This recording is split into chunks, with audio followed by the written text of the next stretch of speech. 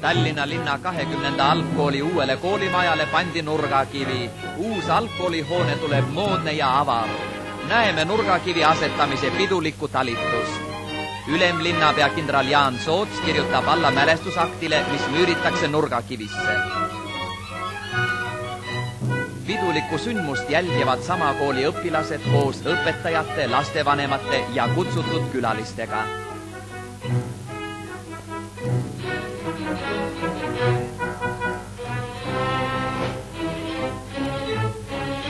Mälestusakti ja esemed asetab nurgakivisse haridusministri abi Voldemar Päts.